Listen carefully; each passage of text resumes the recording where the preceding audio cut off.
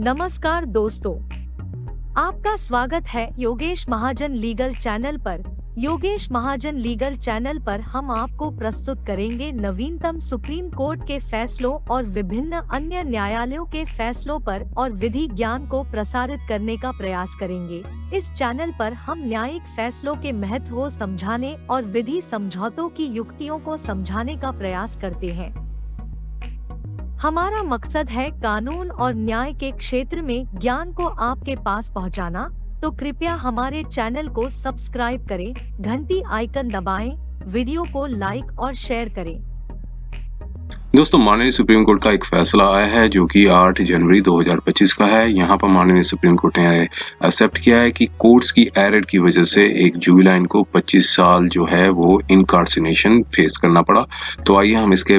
Factual matrix को देखते हैं, कंटेंट्स को देखते हैं, समझने की कोशिश करते हैं क्या थी ये जजमेंट। तो देखिए, जजमेंट में बताया गया है कि अपीलेंट जो कि उस समय जुवेनाइल थे तो उनके ऊपर चार्ज लगाया गया था culpable homicidal not amounting to murder. तो फिर इंसिडेंट जो था वो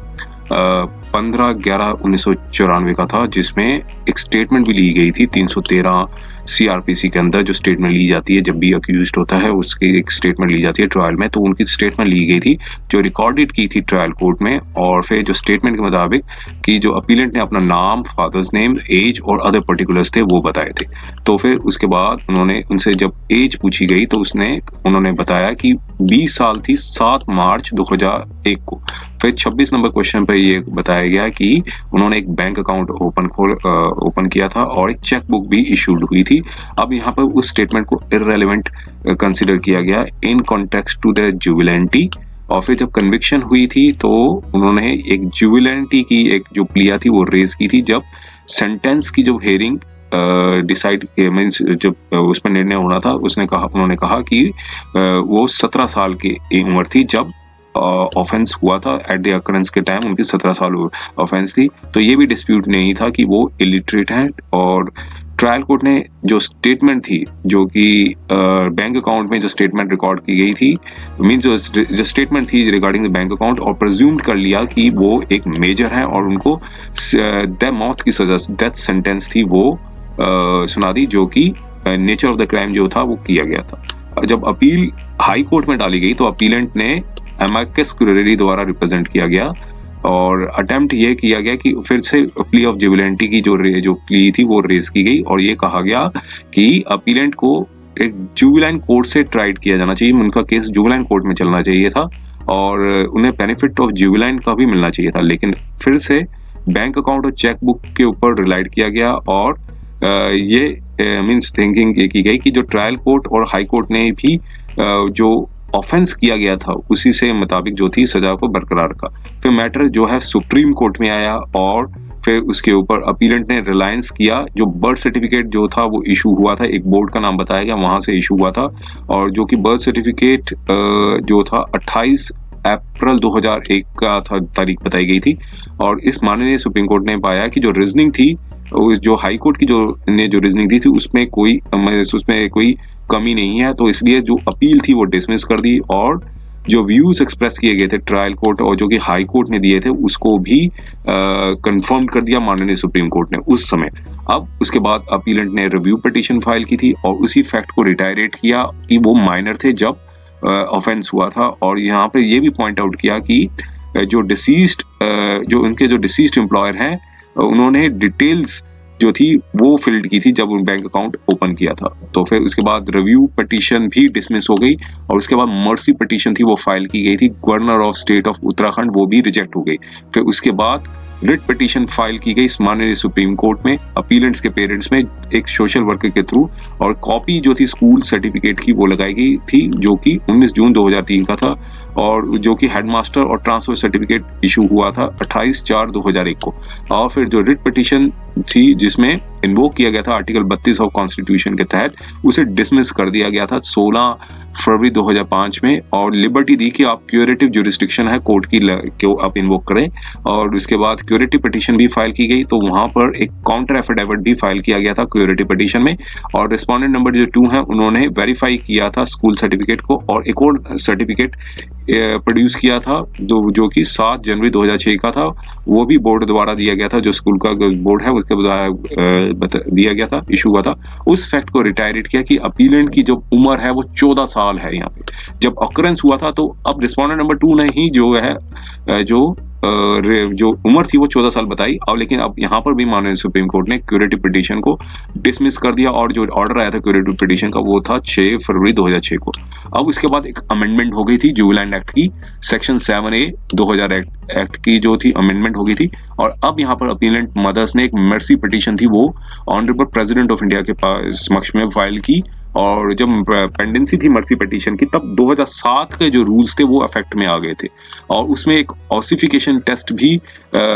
जो है वो किया गया था। मेडिकल बोर्ड जो कॉन्स्टिट्यूट किया गया था मेरिट बोर्ड में, जो एक रिक्वेस्ट दी थी, अपीलेंट ने एक एप्लीकेशन मूव की थी और उसमें जो मेडिकल एज सर्टिफिकेट था जो इशू हुआ था वो उसने इंडिकेट किया था कि अपीलेंट की जो उम्र थी वो 14 साल थी जब अकरेंस हुआ था। अब प्रेसिडेंशियल का जो ऑर्डर आया 8 मई 2012 को, उसमें डेथ सेंटेंस थी, उसको कम्यूट कर दिया था लाइफ इम्प्रिजनमेंट में और विद कीवर्ड की वो उनको छोड़ा नहीं जाएगा जब तक वो 60 साल तक की एज के नहीं हो जाते हैं। और इसके बाद राइट टू RTI एप्लीकेशन थी वो फिर अपीलेंट ने फाइल की और उसमें उन्होंने जो इन्फॉर्मेशन ऑब्टेन की थी बैंक ने, और ये था कि जो माइनर जो है 10 साल से अबव ही इंडिपेंडेंट बैंक अकाउंट खोल सकते हैं, लेकिन साथ में वो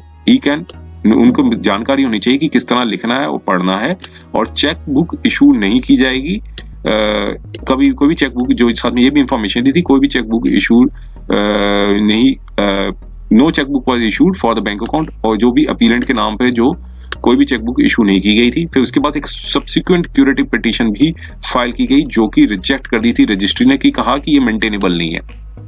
उसके बाद 2019 में अपीलेंट ने एक रिट पिटीशन थी फिर हाई कोर्ट में फाइल की आर्टिकल 226 के तहत और उसमें चैलेंज किया था प्रेसिडेंशियल ऑर्डर को, जिसमें कहा एक अनदर रिलीफ मांगी थी जो एक 2015 का जो एक्ट आया था, सेक्शन 9 सब पार्ट 2 ऑफ 2015 का एक्ट, और उसमें कॉम्प्रिहेंसिव जजमेंट आई तो हाई कोर्ट ने रिट पिटीशन थी वो डिसमिस कर दी और ये होल्ड किया कि जो पावर है हाई कोर्ट की जुडिशियल रिव्यू की, जो एग्जीक्यूटिव ऑर्डर पास हो जाता है आर्टिकल 72 कॉन्स्टिट्यूशन के इंडिया के तहत, तो उसमें जो पावर है जुडिशियल रिव्यू की लिमिटेड है और प्रोसीडिंग्स जो है वो ऑलरेडी अपीलेंट की फाइनलिटी पे हो चुकी है। अब इस मेरिट्स को नहीं गई कोर्ट में और यहाँ पे फिर उसके बाद एक यहाँ पर स्पेशल लीव पिटीशन थी वो फाइल की गई थी। तो अब उसके यहाँ पर सबमिशंस जो दिए गए वो ये थे, वो सबमिशंस बताए हैं। अपीलेंट के जो सीनियर काउंसिल है उन्होंने ये सबमिट किया कि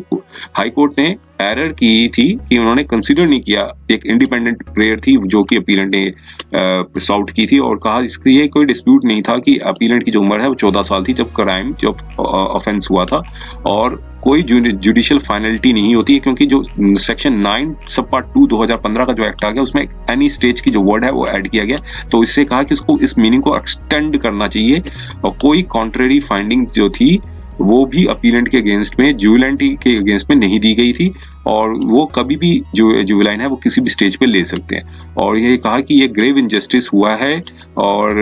इसलिए अपीलेंट को इमीडिएटली रिलीज कर देना चाहिए, क्योंकि काफी लंबे समय तक उनको इनकार्सिनेशन हो चुका है और सॉलिटरी कॉन्फाइनमेंट भी उन्होंने फेस की है और इसलिए उनको सूटेबली कॉम्पनसेट भी करना चाहिए। और जो कुछ जजमेंट्स थी उस पर रिलाई किया था सेक्शन 9 सब पार्ट 2 जुवेनाइल जस्टिस एक्ट 2015 का, जो कि इन्वोक किया जा सकता है कब जब फाइनल डिस्पोजल भी हो जाए केस के बाद तब भी उसे इन्वोक किया जाता है। तो जजमेंट्स आई थी Ram Narayan versus state of UP, Haridatt Sharma versus state of Uttar Pradesh, ये जजमेंट्स पर रिलाई की और साथ में ये जजमेंट्स पर रिलाई किया था जो beneficial and retrospective applicability of change in law post dismissal of the curative petition. Means curative petition अगर डिसमिस हो जाए तो इसका रेट्रोस्पेक्टिवली एप्लीकेबिलिटी भी होती है, तो ये जजमेंट्स थी उस पर भी रिलाई किया था। और एक जजमेंट्स थी जो कैटेगरी थी क्लेम ऑफ जुवेनाइलिटी, कुछ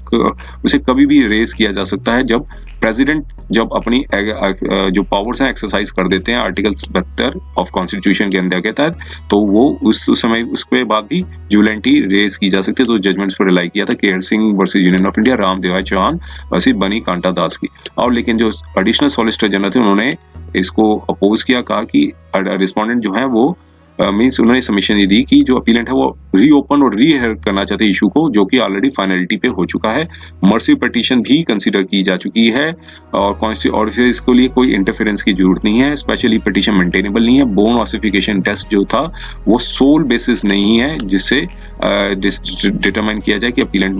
माइनर था। और इस सब को सम अप करके लर्नर एडिशनल सॉलिसिटर जनरल ने संविलियन किया कि सबमिशन ये दी कि ये मीन्स अगर कोर्ट एड देना चाहती है अपीलेंट को तो ये क्लैरिफाइड हो जाए तो ये एक प्रकार का कोई प्रेसिडेंट नहीं माना जाएगा। तो ये एक ड्यू कॉम्प्लायंस की रूल 12 सब पार्ट 3 ऑफ 2017 रूल्स की कॉम्प्लाई की गई है। और ये भी डिस्प्यूट में नहीं था कि जो कि डिस्प्यूट में नहीं था, जो कि एक प्रेजेंट एफिडेविट जो रिस्पोंडेंट नंबर 2 ने फाइल किया था और इसको सपोर्ट करने के लिए जजमेंट से रिलाई किया। अब डिस्कशन कोर्ट ने क्या किया, कोर्ट ने पहले डिस्कशन दी, हमने डायरेक्शन दी थी रिस्पोंडेंट नंबर 2 को कि वो फ्रेश इंस्ट्रक्शंस लेके आए, जो एडमिशन दी थी काउंटर एफिडेविट में जो फाइल किया था क्यूरेटिव पिटीशन में, जो कि पहले जो अपीलेंट ने फाइल की थी उसमें जो काउंटर एफिडेविट फाइल किया था, और उसमें जो इशू था सर्टिफिकेट जो प्रोड्यूस किया था अपीलेंट ने और वैलिडिटी थी ऑसिफिकेशन टेस्ट की, तो एफिडेविट जो था वो फाइल किया था रिस्पोंडेंट नंबर 2 ने, रिटायरेट किया था अपने स्टैंड पे। और यहाँ पर कहा ये भी किसी प्रकार का डिस्प्यूट नहीं था कि अपीलेंट जो है 14 साल के थे जब ऑफेंस हुआ था। और हर स्टेज पे यहाँ पर कहा कि कोर्ट्स ने, अब यहाँ पर सुप्रीम कोर्ट ने यही कहा कि जो कोर्ट्स ने इग्नोर किए थे सारे डॉक्यूमेंट्स को बाय कास्टिंग अ फ्यूरेटिव ग्लैंस करके, मीन्स उन्होंने एक क्षण मात्र के देख के उस चीज को इग्नोर कर दिया था डॉक्यूमेंट्स। अपीलेंट जो कि इलिटरेट है उन्होंने प्ली रेज की थी और right from the trial court, और जब क्यूरेटिव पिटीशन भी फाइल की गई थी तो ये सारी ये प्लीज रेज करते रहे थे। तो अप्रोच जो कहा था जो अर्लियर राउंड ऑफ लिटिगेशंस में थी उसको वो सस्टेनेबल नहीं थी, कोर्ट्स की जो अप्रोच थी वो सस्टेनेबल नहीं है in the eyes of law, क्योंकि कहा कि कोई भी रिलायंस नहीं दिया गया जो स्टेटमेंट रिकॉर्ड की गई थी 313 सीआरपीसी में। जब अपीलेंट से पूछा गया था particulars for the purpose of recording statement, तब इन्होंने बताया था कि वो 20 साल के हैं, तो मीन्स तो इसका मतलब यही हुआ कि वो 14 साल के थे जब ऑफेंस किया गया था। तो बैंक अकाउंट का कोई रेलिवेंस नहीं बनता है और रूल 2 क्योंकि वो कंटेम्पलेटेड नहीं थे अंडर रूल 12 और 2007 के अंदर। तो यहाँ पर कहा कि जो स्टेटमेंट जो अपीलेंट ने दी थी जब हेयरिंग हुई थी सेंटेंस, तो उसको भी